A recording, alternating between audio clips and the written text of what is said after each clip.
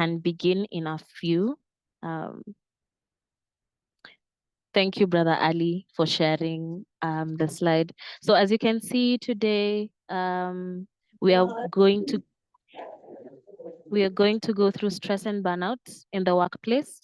And I hope you enjoy. Next slide, please.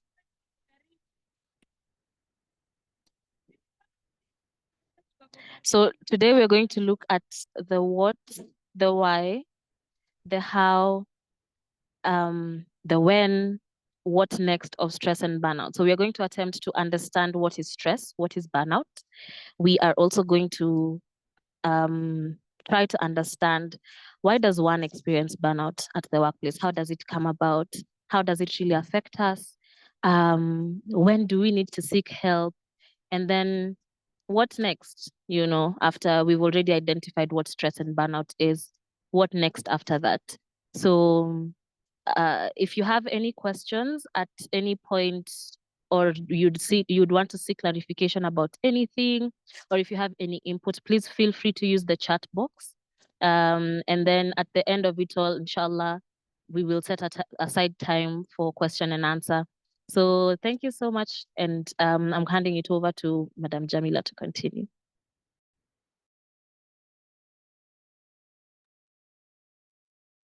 Shukran, Zakia. Thank you for holding my back. And Brother Ali, thank you for being a lifesaver. Yeah, it's been a morning and a half. But we will continue with our presentation nevertheless. Maybe we go to the next slide, kindly. Yes, so as we are talking about stress and burnout, specifically in the workplace, I need to know, am I audible enough? Can you people hear me? Maybe I'm talking to myself. Yes, we can hear you. Okay, thank you for that. I know you can hear me, but you can't see me. They're called technological challenges that come the day you're having a webinar. So as I was talking about the stress and burnout at the workplace, the primary objectives of this today's webinar is assessing and identifying the root causes of work-related stress. This is just stress at the workplace. And at the workplace, you are an employee. You could be an employer, you could be the boss, you could be in any capacity. But what contributes to stress? What are the triggers? Again, teaching coping mechanisms to manage stress, because as we continue, we will learn along the way that stress is a normal part of life. So we need to have coping mechanisms to promote a healthy work-life balance. Another objective is to assist employees develop resilience. You're a bit fast. Resilience to prevent burnout. Remember, burnout is all about work, exhaustion at work, by providing a supportive space to discuss their concerns and just to know how to manage through, so that they can also develop strategies to mitigate the stresses within their work environment. Okay, the next slide, kindly. Yeah, so what is stress? The father of stress research, his name is Hans Seil, 1956, he defined the word stress as the non-specific. It's a response of the body to any perceived, remember it's perceived, demand that is placed on the body. Hence, that means that stress is a reaction to this perceived demand on the body. It could be mental, it would also be physical. So the father of stress research came up with the general adaptation syndrome, which describes stress as a process that one has to go through. One is exposed to any kind of stress that could be positive or negative. You remember it's perceived. It's a perceived thought that could be mental, could be physical, and how we adapt to the stress. So Sele came up with the general adaptation syndrome, which is GAS, which describes the physiologic changes your body goes through as you respond to this perceived demand on the body. And you remember we learned about how we respond to stress. We can fight, we can flight, we can freeze, there are all those reactions. But according to Hans Selle, it comes in three phases. The first phase is the alarm reaction, when now you realize that there's an issue and you get stressed and you decide you're either not going to work on that day, you're going to run away, you're going to fight with your boss, or you're just going to freeze and do something. Or there are others. There's so many others that have come up on how we react to stresses that we perceive them to be stresses. The next reaction is the resistant phase, which is where your body is trying to fight the stress, and it's trying to recover. So if the fight, if it goes through a very long process, you get exhausted. Okay. So you see the three stages: the alarm reaction stage, the first stage. The second stage is the resistant phase, where we're trying to fight all this with whichever mechanism we have. Remember, it's perceived, it's all in the mind. It could be or it could not be there. Or maybe it could be, but at a lower level, but you are increasing it in your mind. And then there's all these physiological reactions in your body that you're going through. During a stressful period, the body goes through so many stages. As you're trying to adapt, your boss has shouted at you. You're trying to adapt to that. What are you going to do? This is at work. Are you going to shout back? Are you going to fight back? Are you going to run away? Because this happens, it's about the workplace. And the workplace is not about me, it's not about Zakia, it's not about Jamila. We are employees, all of us were employees here. And there's bound to be some level of stress. It could be high, it could be low, but there's always going to be some level of stress. Because the job or the place where we are working, I am just a member of a team. We are very many people working there. So stress is bound to come up as we work, as we do our daily duties. There's always going to be a little bit of friction. So it's up to you to decide, is this huge? Is it going to disturb you? Is it going to stress you? Is it going to exhaust you? So individuals are exposed to a stressor. The first time they're exposed to any stressor, they're first taken off guard. That's the alarm phase. I've spoken about that. Then they attempt to maintain homeostasis. This is trying to resist the change, and eventually fall victim to exhaustion when you're trying to accept this stress that is taking place at work. You've been shouted at. You're trying to accept that, to fight it, to deal with it. I'm an adult. Why am I being shouted at? What is all this? And as this is going through in your mind, remember it's perceived, it's going through in your mind, your body reacts in a certain way. And prolonged, this boss shouted, this boss shouted, huyu tena anarudia, this one, you can imagine all that on you. And they're expecting you to perform at the same time. It's not easy. So at any given point, there is stress in the office, but how do you manage this stress? The next slide, please, Ali. We've talked about stress. Now let's go to burnout. What is burnout? It's a form of exhaustion where you're constantly feeling swamped. You're always exhausted. You're always worn out. You're always overloaded. And when we experience too much, we get emotional. We get physical, mental fatigue. Always there's too much going on, either physically, emotionally, or the mental is too much, you can't even manage it. And it could also be different. It could be you're under challenged. There's just no work. Can you imagine you have a nice paying job, but hakuna job? There's nothing for you to do. Imagine you're staring in the air, and of course you don't want, how you don't want your boss to see you. So you're pretending to be busy, and really you're not busy. It's tiring. Because maybe the job is good. I've had an experience where a client had a very extremely well-paying job. There's just not enough work to keep them busy the whole day. So when they're given a task, they will take so long with it because they want to prove you're relevant here and you're busy. And clearly you're not busy. And it can stress you, it can really stress you up to a point where now you get burned out. Like stress, burnout builds over time and it is caused by stress at work or in other parts of your life. So burnout is not always about just working. Other places where you are engaged, where you're supposed to be doing something, you can get exhausted, and prolonged exertion brings about the burnout. Again, a burnout is another definition of burnout is an ongoing state of feeling overwhelmed, fatigued, emotionally drained due to the constant stress. You're always stressed. This could also happen in the house, in the family, or in a social life. People are so busy doing so many things, you can't even catch up. So it stresses you to a point where you're exhausted. Okay? And this can manifest itself in physiological ways. So there are several types of burnouts. There's the overload burnout, where you have working too hard, you're frantic maybe to succeed. Maybe you've seen, in the workplace, we imagine if you work very, very hard and you work more than your boss, you can become your boss's boss or something like that. Then I've talked about this, the under challenged, where you are bored, unappreciated. There are no opportunities for growth.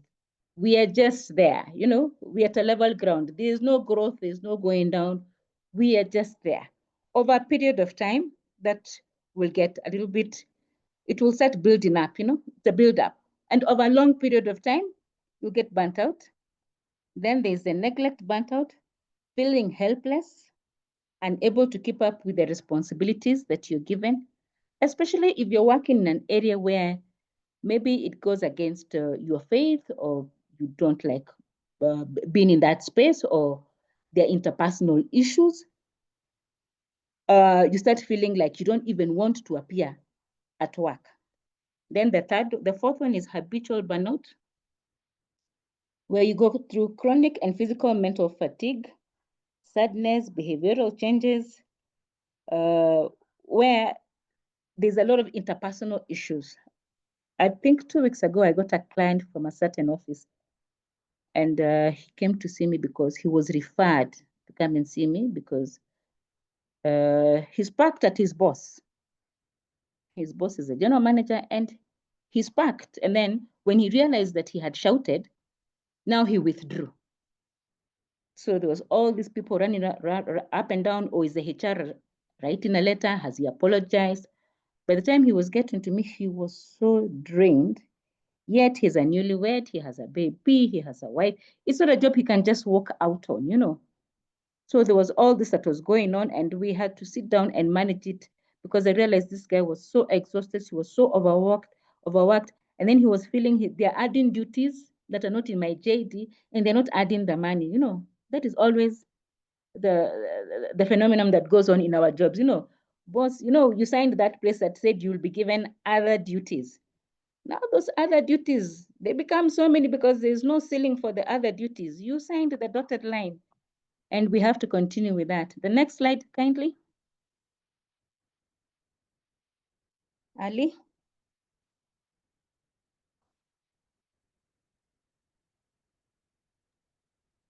Trying. Imehang ama. Okay. Hang. Let me see. Let me It should stop be and then. understanding stress. Okay, I'm back to sharing. Okay.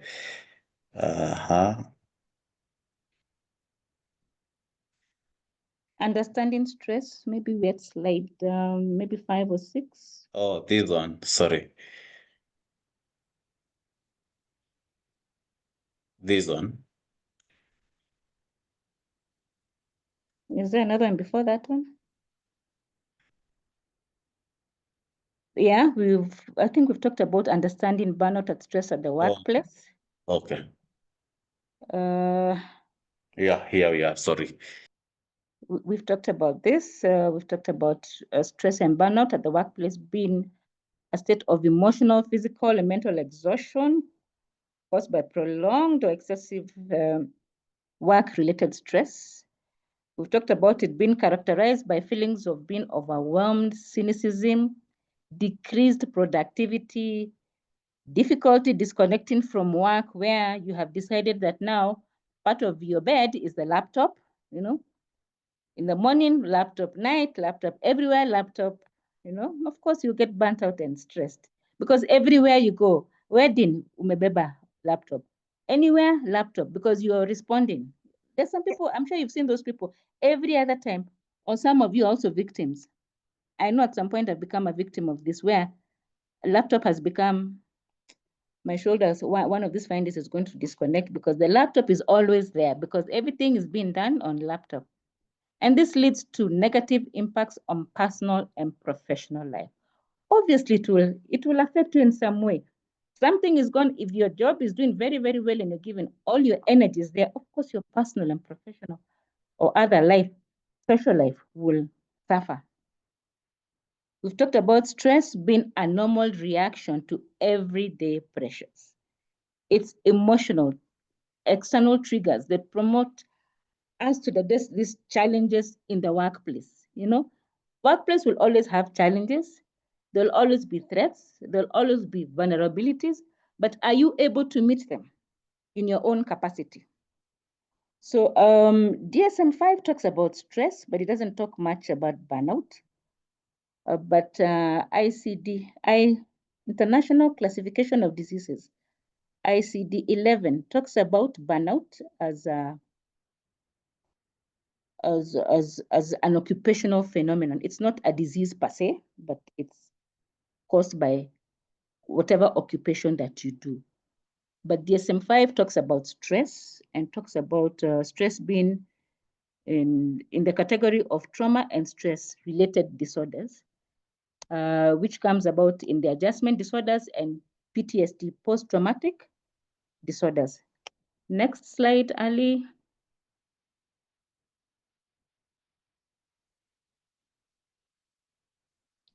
Hey, my assistant and Malala. Am I hang? I don't think I have. We Slide can number hear 8. you. It's okay. Maybe I have to. Slide number 8. Sorry. But I can continue with the types of stress. Types of stress. We have the eustress, which is positive stress.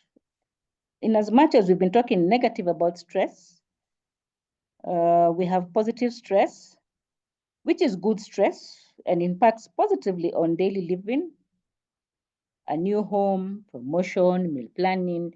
And this list is not limited. You can go on and on, but stress can also be good. When you see your friends doing well because they're working hard, it gives you some sort of stress that even you need to work hard to be like, like everybody else, And then we have the negative stress, which is distress, where we have the chronic stress. Chronic stress has a level of goodness because it's manageable. It is good stress but when ignored, can have negative aspects, yeah? E.g. managing finances, looking for a new job, retirement, and etc., etc. Acute stress. This one is associated with acute stress is episodic, eh? It comes, it goes, it comes, it goes, yeah? But it's associated with trauma, any form of trauma. And we have all these flight responses. And then we have the distress again. We have the last one is supposed to be chronic stress. Do we have chronic, acute? There's supposed to be 4. Yeah, we have 4. So we have positive stress and negative stress. So stress is not always bad. So there's a level of stress that is okay and manageable.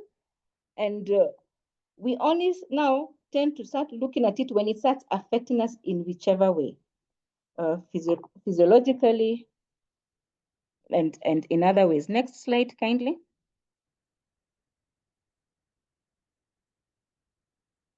Where we have the signs and symptoms of stress.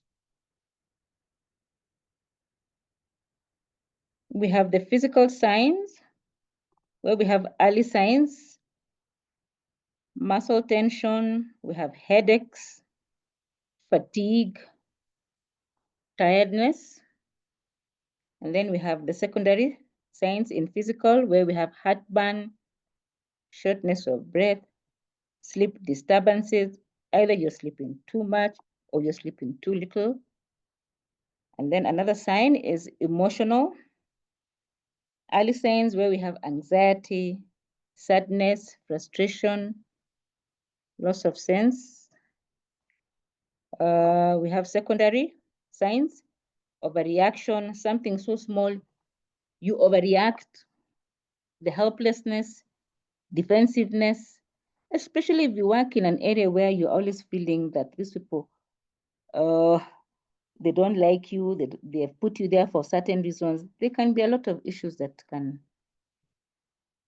assist, that can help you, that can be negative when it comes to emotional stress. The third one is thoughts and perception, early signs, brain fog. That's just the brain, you can't quite think clearly. You know, you're trying to think, but it's not quite coming out. And if you can't think clearly, it means also your productivity is down, your creativity is down.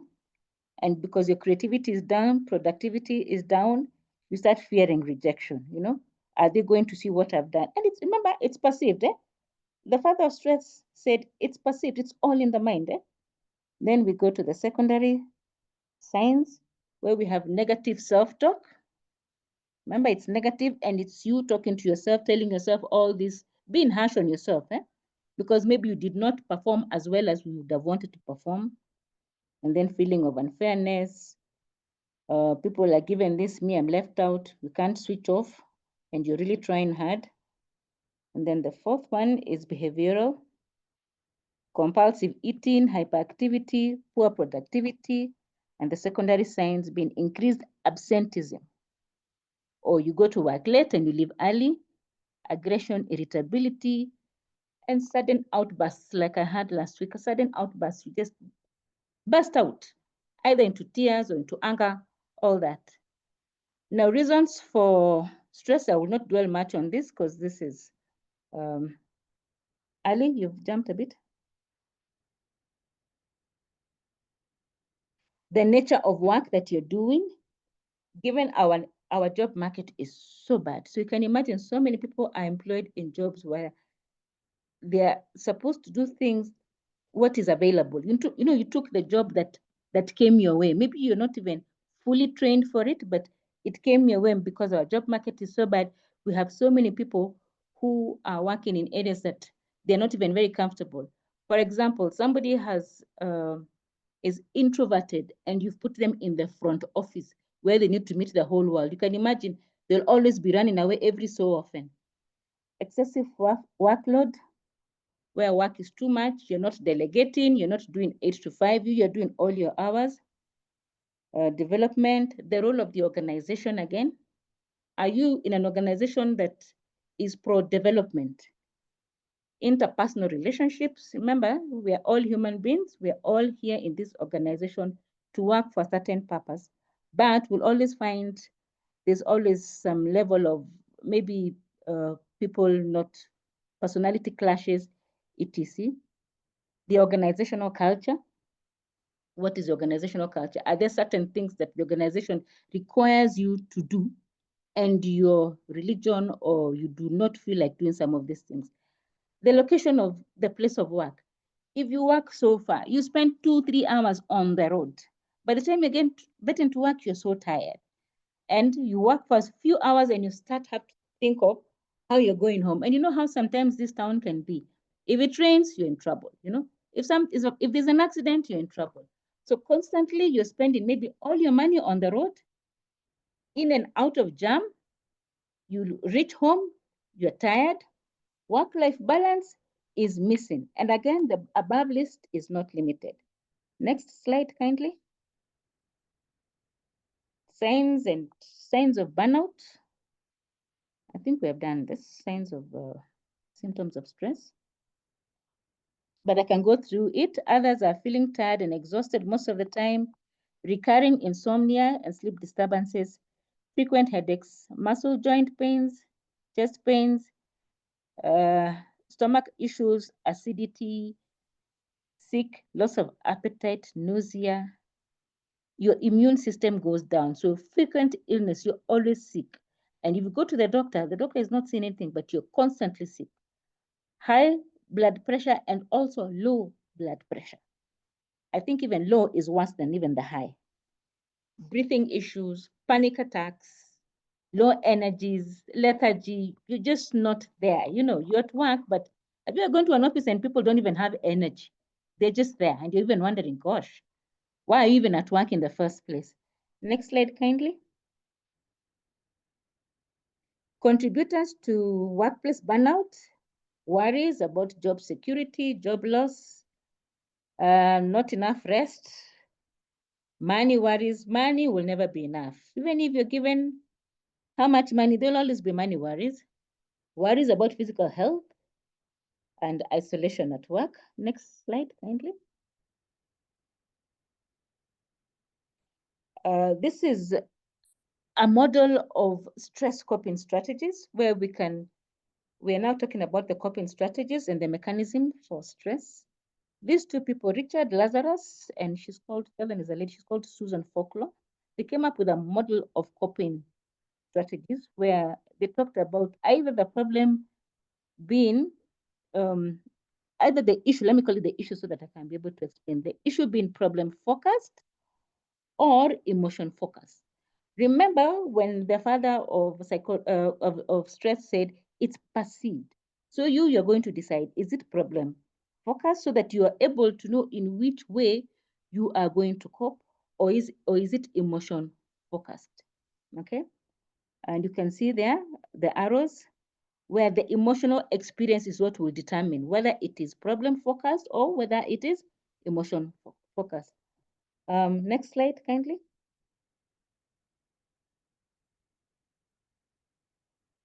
Signs and symptoms of burnout, and I think we've talked about this, psychological symptoms of burnout, detachment, reduced empathy, feelings of failure, resentment, cold, impersonal mannerisms, lack of care about work, feeling incompetent. Have you been at work and you're feeling like you're not even competent here? And then there's physical symptoms. These ulcers, headaches, weight loss again, nausea, sexual difficulties. Again, this list is not limited. Others include restlessness, tiredness, emotional exhaustion, physical exhaustion, nervous, lack of sleep. You wake up in the morning and you're just thinking, I need to go back to that work, and you even can't even sleep. You just wake up and you're wondering, am I going to manage? So early signs of burnout: coming to work late, coming to work too early, skipping meals, cutting back on family time, forgetting priorities, working through lunch hour. It's lunch break. People are not going for lunch break. They are still on their desks. Huh? Worrying, cutting corners, putting self last, putting the work first, and being reactive. Next slide, kindly. So now, how do I know I have burnout? Next one. When you have all this, when you have self-doubt, when you're overwhelmed, when you are demotivated, you don't even want to go to work. You have no satisfaction, loss of interest. You're always worried. You're anxious. You are dreading. You wake up. You don't even feel like dressing up. You just drag your feet to work. Even at work, you're not friendly. You're just there. That's now you need to take a break. The next slide, kindly. Others, these are just others, procrastination, taking longer time to complete a small task, difficulty in concentrating, isolation, decreased output, reliance on overeating, drugs, substance use, irritable, outburst, frustration, increased coming late, and absenteeism. The next one. So what's next? You have stress, you have burnout. So now what? What do we do now? Ali, next slide. Yeah. So as a manager, let's not assume we are all not in, for those ones in managerial positions, communication and clarity, support and well-being, be reasonable in your expectations, be clear, consistent, and make sure people understand what is required of them. Involve your subordinates and keep communication channels open. There's some people, if you ask them to talk to their boss, they can't, they will die because their boss, there's such a big gap between them and their boss. They'd rather even do the wrong thing, but not go to the boss's office. I'm sure you've seen such people. Create a supportive work environment. Every so often, take a break. Every so often, take a break, talk to your employees. It's not always a serious thing because once you finish with this office and you meet outside there, does that mean you can't even be able to have a conversation? Encourage work-life balance and even delegation. If it is leave time, take leave time. There's some people who opt to be paid their leave. But even our laws state that after every so often, you need to go for the amount of leave, 21 days, 28 days, depending on where you're working. And then be flexible, do not discriminate. That is for the manager or the employer. Let's go to sasa watu work. For yourself, manage your time. Do you manage your time? Structure your day. Do those tasks, those tasks you don't like, first thing in the morning, then you'll be able to do them quickly. Take a break. Annual leave, I've spoken about. Annual leave is leave. Don't ask for money. There's a reason why this body needs to rest. Understand and manage the stress triggers. What triggers you? Take care of your physical health. You are in the office taking care of that office. So who's taking care of you? If you don't take care of you, the office will not take care of you. The office will probably give you a medical cover, but you take yourself to hospital. And then hydrate and eat healthy. Drink water. Drink, always drink. Make sure you have 6, 7, 8 glasses. How many? 6 glasses of water in a day. Eat healthy. I know sometimes it's difficult to eat healthy because where you're working, chipo tu ndio iko huko. But try and have a balanced diet. At least by the time you get home, make it balanced. Keep physically active. This body it needs to keep moving. And it doesn't mean going to a gym. Being physical doesn't mean you have to go to a gym. On YouTube, there are so many sites that you can get whatever you want, but keep active. You can do all these exercises in the comfort of your bedroom or take a walk. Avoid under all circumstances alcohol and substance abuse, especially in the workplace. That will make you be thrown out of that job so fast when they discover that you're abusing substances. Sleep enough. 6 to 8 hours of continuous sleep. Rest is important. And rest doesn't mean you have to be at home doing something. You can be at home doing nothing. Just do nothing,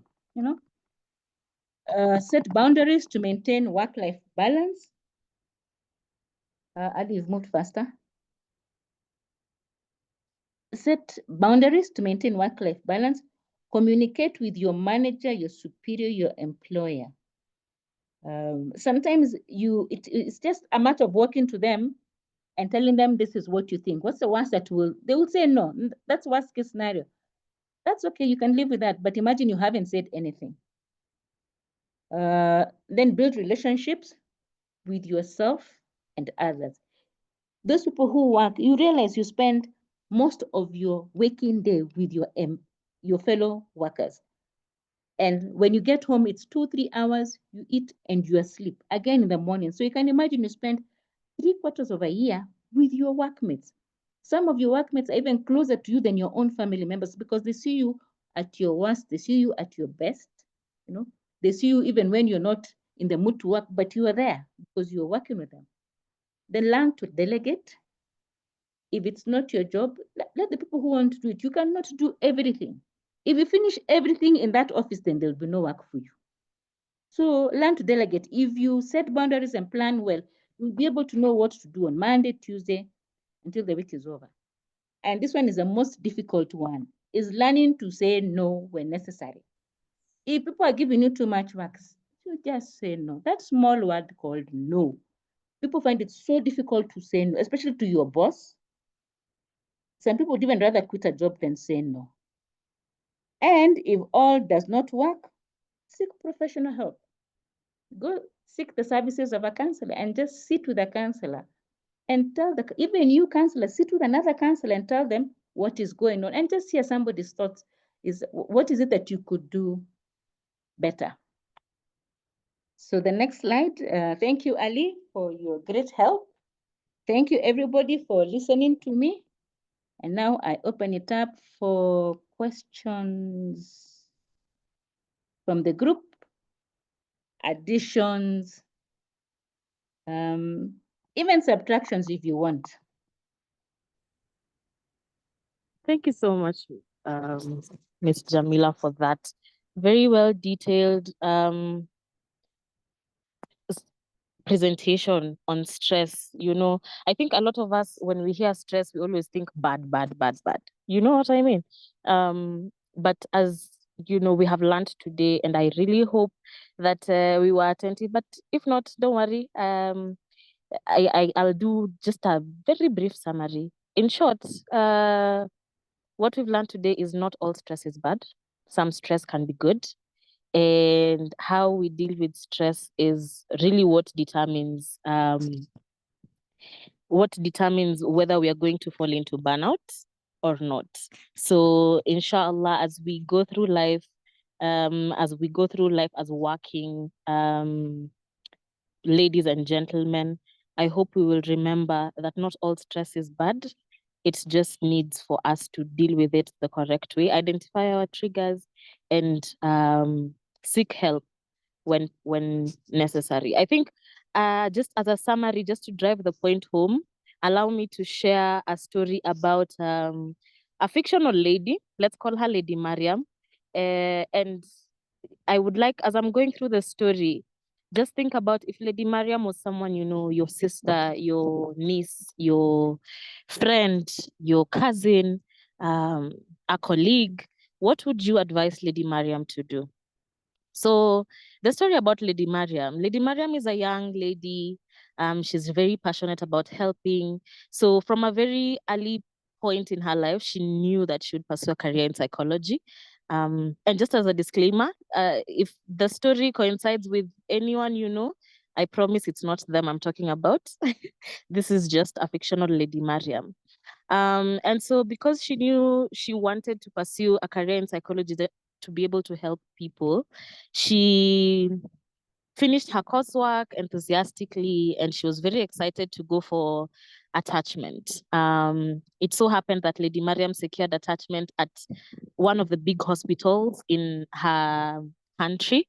And then as working as a psychologist or as a medical practitioner in such a demanding environment is intense. Of course, the workload would be intense, but Lady Mariam was up for the challenge because it meant she could help as many people as possible. So Lady Mariam ended up finding a very good work environment. She was friends with her colleagues, and she so ended up to being a point of questions. The person who you'd ask questions, for example, if you wanted to run something by someone, she was the someone you're looking for. A, because of her hunger for knowledge, and B, because she's warm, she has an inviting personality. So people really liked running things by her because she would always help in one way or another. And on average, because she had this passion, she would see about 10 clients a day on average. She was never late to work. She had all her things in order. Now time passed. Let's quickly jump to what we call phase 2 of her introduction to the job market. About 2 months in, Lady Mariam started feeling like she's losing her touch. Something just wasn't right. And she had constant thoughts of, am I even doing enough to help clients, the clients that I'm seeing? She started feeling as though her work was so hectic. She began dreading Sunday evenings because that meant on Monday she's going back to work, and she's just like, wow, what am I even going to help? She began withdrawing from her colleagues, and a constant thought she had was, why can't just they do their own research? Like, why do they have to always come and ask me? And remember, she's almost like the default point person. She started noticing that she got headaches, constant headaches she didn't have before, and she would struggle to wake up early in the morning for work. So she started becoming late. But then all this is happening. She has lost touch with her friends as well because she has a very busy schedule. During the weekends, she just wants to rest. And if she got a chance to eat, fine. If she didn't, fine. She would work through lunch. Her friends started complaining that she didn't socialize with them as she did before. And for her, she was just like, why don't these people understand? I have a demanding job. So she felt alone. Um, and she felt like she overstayed in her role. And at some point, she started thinking, I can't wait for this attachment period to end just so that I can have a break. But one thing she really liked about her work that kept pushing her to do even more was that she had an understanding supervisor. Her manager was really understanding. So my question to you, if you knew a Lady Mariam, what would you tell her to do? What would your advice to her be? I would like for you to think about that as inshallah we go through the questions. I can see, Madam Jamila, we have a question here that reads, Assalamu alaikum wa rahmatullahi wa barakatuh. How do you think we can deal with emotional numbness to the extent you can't function on a day-to-day activities and make the most of Ramadan, as Ramadan is around the corner? So how do you work? How do you deal with emotional numbness so that you can function?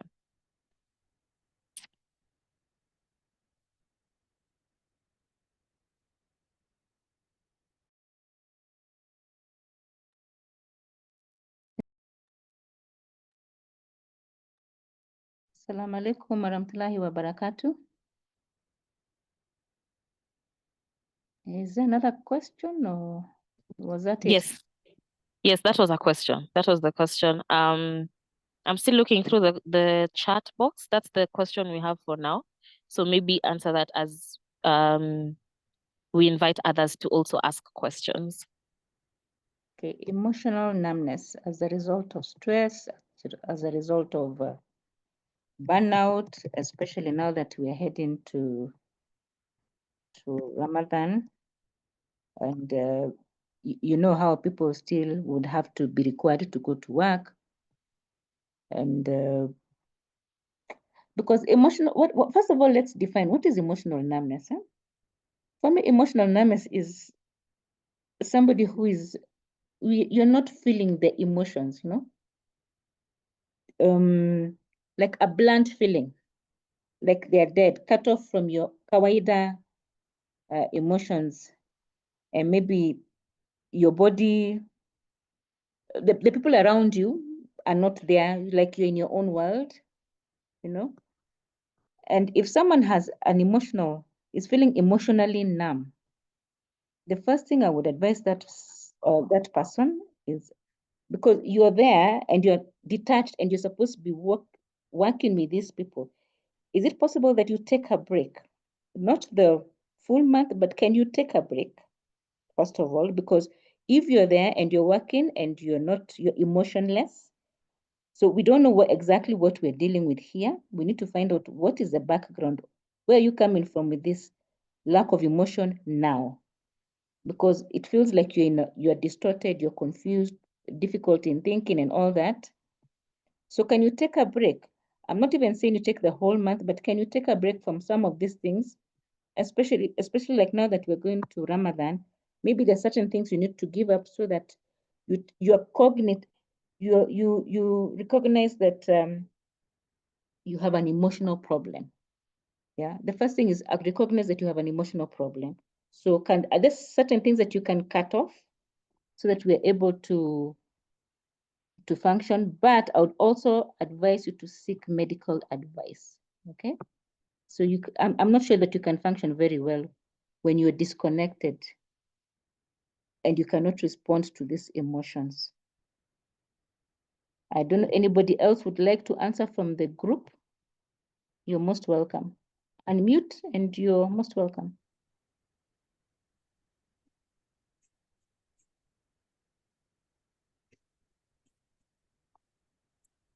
Are we there?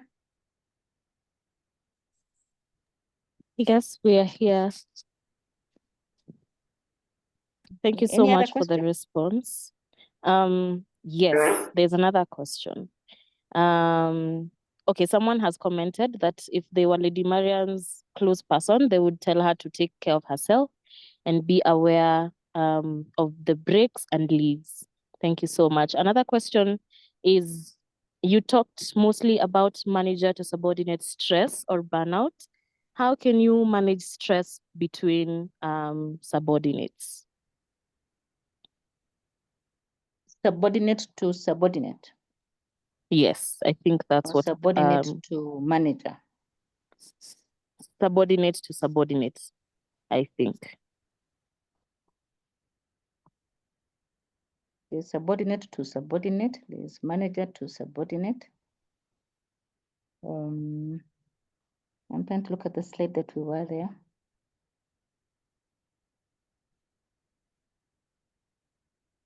Where we're talking about managing your time, structuring your day, understanding stress triggers, learning to delegate, having a relationship with yourself and others, being a team player, as long as we are working within the JDs.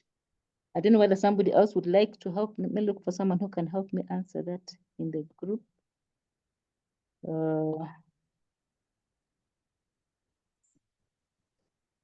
Ali, you want to help me answer that?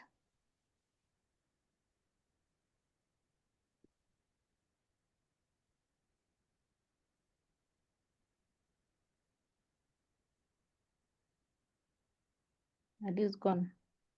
I'm here. Hope I'm audible. Yes, you are.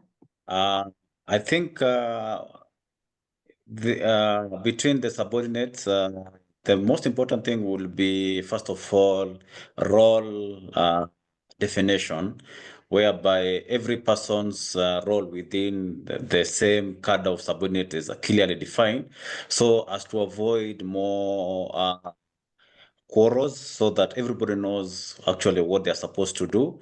And also coming for this again from the management to come up with like a set of values, set of policies, set of laws, so that people will be able to know the difference between what is actually professional here and what is actually now personal. Because I believe a lot of issues will come from not even the professional aspect, but maybe from personal aspects. So there's need to be, as you clearly put it here, setting of boundaries. What is work boundary and what is personal boundary? And the team also having set of I will say policies which actually define how they should even relate, to what extent should they relate, and even coming up with how should they be able to solve challenges, because challenges are bound to be there provided people are actually working together, and challenges will come from even personality differences. So these are normal issues that will actually take place. So as a person, the first thing is, first of all, for you to be self-aware. So when you are self-aware, you will know what are your limits, what triggers you quickly, so that you, even if another person maybe reacts to you or responds to you in a bad way, or even initiate something which it doesn't actually fit well with you, you are able to be calm, sit back, and then when everything is cooled down, you can maybe be able to communicate with them, or maybe be able to communicate to your next superior supervisor. So the first aspect is us as individuals to be able to understand ourselves, to so that we can actually be able to we know what our emotions are, what our limits are, so that we from our end, first of all, we don't go beyond those. And then we can now be able even to understand where even our colleague and our colleague is also coming from, so that if it's our colleague's reaction or their response, we are able actually to understand them, and then we are actually able, because we understand ourselves and we are able to understand them, now we can actually be able to pick out what are the issues and actually be able to solve out the problem. So, Madam, that will be my contribution on that. Thank you very much. Thank you so much, Brother Ali, for that very elaborate answer. I think someone is still asking, what can you do? You've mentioned boundaries. What can you do when people keep crossing the boundary you made? And I think also related to that is, how do you learn to say no, especially at work, at the workplace? Or in other words, how do you stop becoming a people pleaser? So I think those two are related in terms of setting boundaries. If you'd like to take up the question. Okay. Yeah, I know this can be very tricky, especially in our Kenyan context, where certain boundaries can also put you into trouble, you know. But we have contracts. Would it be too much if you went back to look at your contract and see how far boundaries should be and when to say no, and it may not cost you your job? Because sometimes the small cues, the small behaviors, you know, small things, if you can say no, and just communicate in a way that, of course, you know, you're still safeguarding your job, because your boss tells you to keep doing this and you don't like doing this and it's not part of your job. Of course, you can't tell him off, but look for ways of communicating. Sometimes some organizations have communication channels where you can communicate through your supervisor. If not supervisor, communicate through the HR or put it in writing. Or because I know in jobs, when you're given duties by someone who's not even in your department, it's a little bit difficult to say no. And sometimes even just saying no can cost you so much. You know, you look like there's insubordination, you know. But you're the employee there, you know the job mark, the organization better. See how you can look for ways to communicate that this is a boundary that needs to come up, you know. You've been sitting in the office until 6, and now you've discovered, I need to leave at 5. Now start leaving at 5. And if somebody questions, that's just an example, but I know this happens a lot, and it can be a very tricky situation where you probably have to sit with your HR and decide how to go about it so that you don't lose your job and you don't continue pleasing people whom you're not supposed to be pleasing. Can I also take it up, Jamila? I want Riziki to talk. Where is Riziki? Assalamu alaikum warahmatullahi wabarakatuh. I'm here. Yes, great, my sister. Talk. Poleni, we were at the iftar walk, so we got a bit delayed. Okay, so I'm thinking also like assertive communication would be a way of dealing maybe with a difficult boss, because the minute you are being assertive and you're using that kind of communication, it's that the most important thing is I respect myself and I respect the person that I am addressing. So my tone of voice will be a good level. I will not get angry. I will not shout. I will not bang a table. I will not use any swear words, and I will only stick to what I want to address. So that way is one way of making sure that we maintain our boundaries, especially if you're an employee. It's you have to address issues sometimes, because if you don't, maybe some people end up misusing you. So being able to have the assertive communication can really help one to maintain their boundaries. And then remember, we always say people will treat you the way you treat yourself. So what you teach them to treat you is how they will do it. So the minute we allow them to use us as doormats, they'll always use us as a doormat. So we always, Yani, should be aware that, yes, this is a job, this is my boss, I respect them, and I also respect myself. I think that's very key.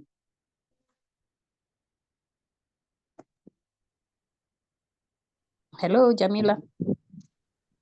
Thank you, Riziki. Thank you so much. You're welcome. And yes, If maybe I can add. Kindly.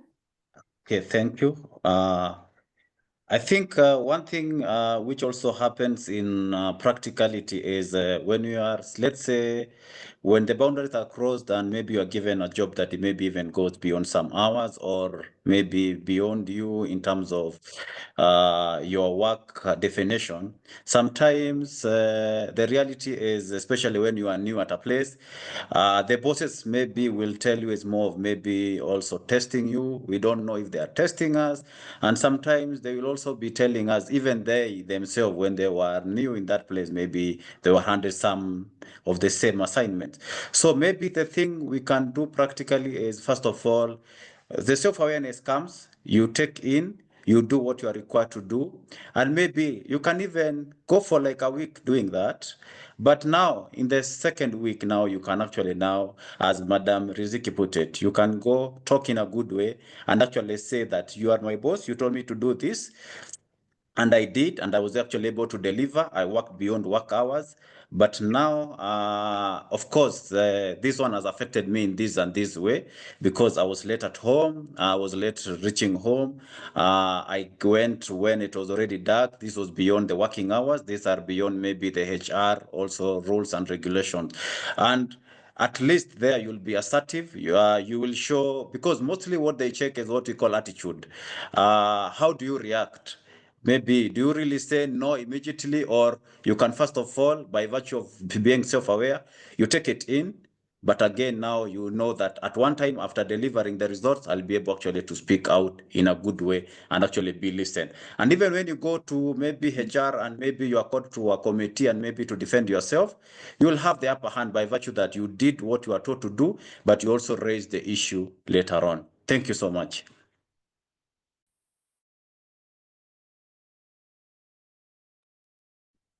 Thank you. Shukran. I think that was Brother Rashid. No, this was still early. Ah, Ali, okay. Brother Rashid, are you in the team? Quiet.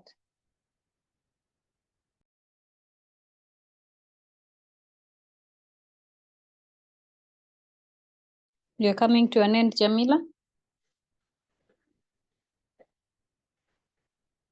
Assalamu alaikum. Wa alaikum salam. I think looking at the time, we are a bit over time. So I don't know if we can No. take maybe 2 final questions. Is that okay, Madam Riziki and Madam Jamil? And are they already there? Yes, they are here.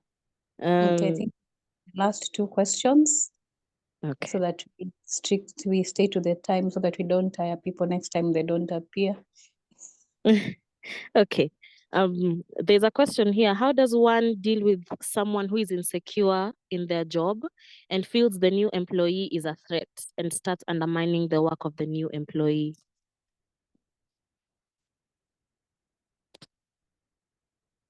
And maybe I can ask the 2 questions together just so that we can wrap it up once we're done. What happens if you have conflict with your boss and your boss embarrasses you in front of everyone? Always. It's not a once or twice thing, but many times. Yes, those are our last 2 questions. Yes, I saw the second question in the column. And like Ali said, assertive, like one of Riziki said, assertive communication and eliminate the doormat syndrome, because even your boss needs you for some certain reason, and it would be great to speak up, because you don't speak up, it will continue. So sometimes you run the risk of losing your job, but sometimes you have to speak up, because if you're not assertive enough, nobody will know. But the minute you are assertive and you say this, yeah, one thing that will be for sure is that you'll have spoken up.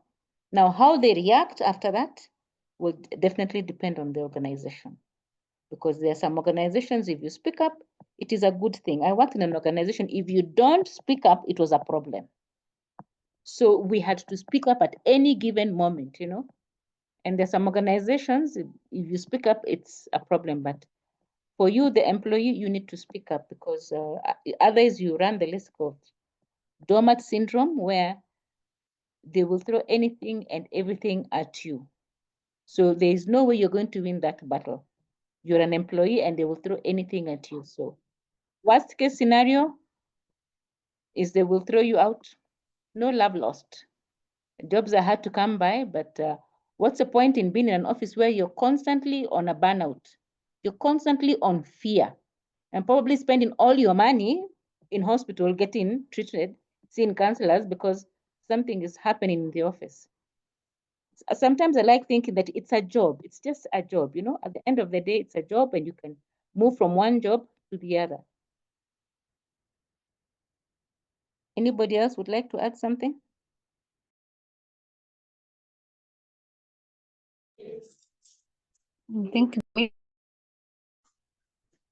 I think being assertive is key. Learning, like losing that doormat syndrome, being able to speak up for yourself, and being assertive is like I respect. For me, I always take it. I respect myself, and I respect the other person. So I'm not shouting. I'm not using any language that is disrespectful. I'm just expressing what I feel, and I feel everybody or every employee has a right to that.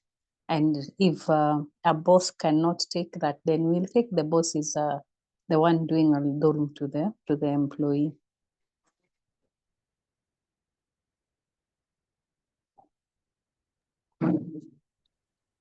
Thank you. Thank you, Madam Jamila and Rezeki, for those insightful words. Um, I think the other question was about how to deal with someone who feels insecure with a new employee and keeps undermining the work of that new employee.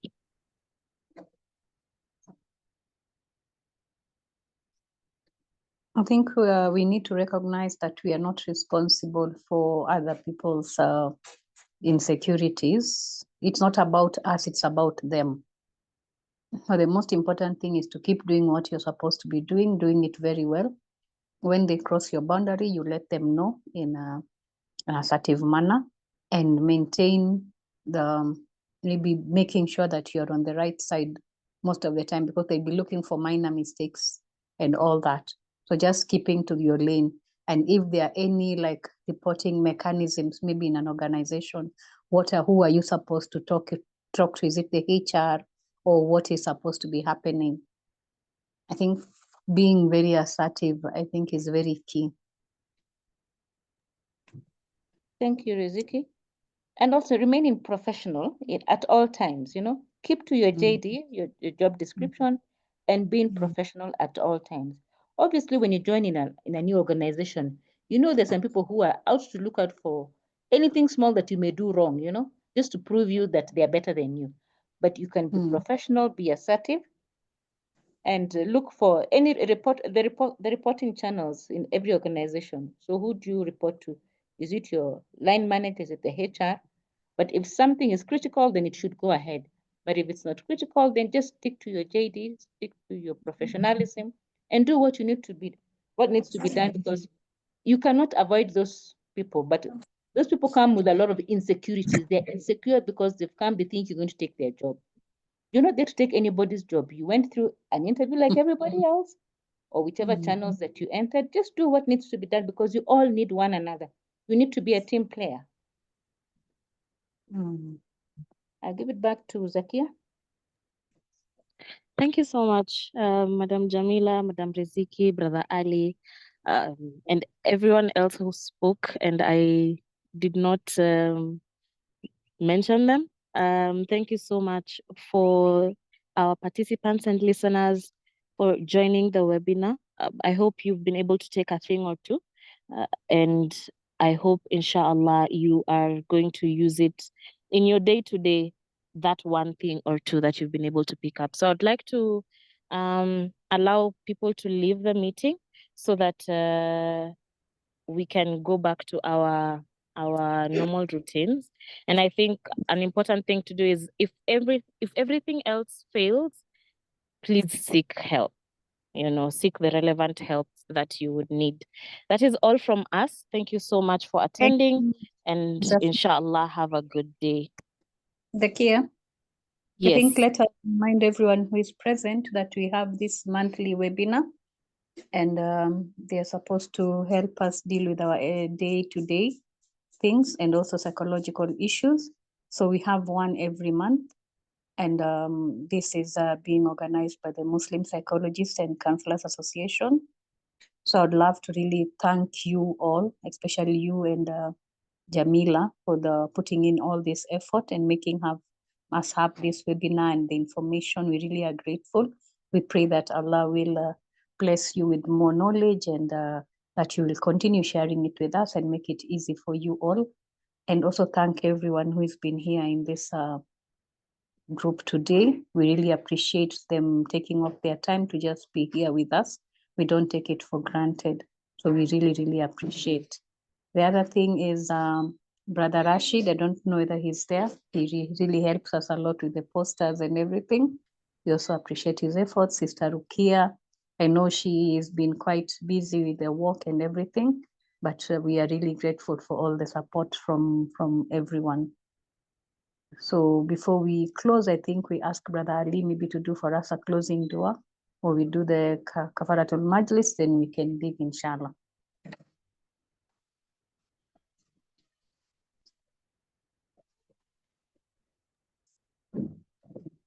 I request to be assisted by someone else, if it will be okay. Thank you. Now, okay, we just do the Kafaratul Majlis.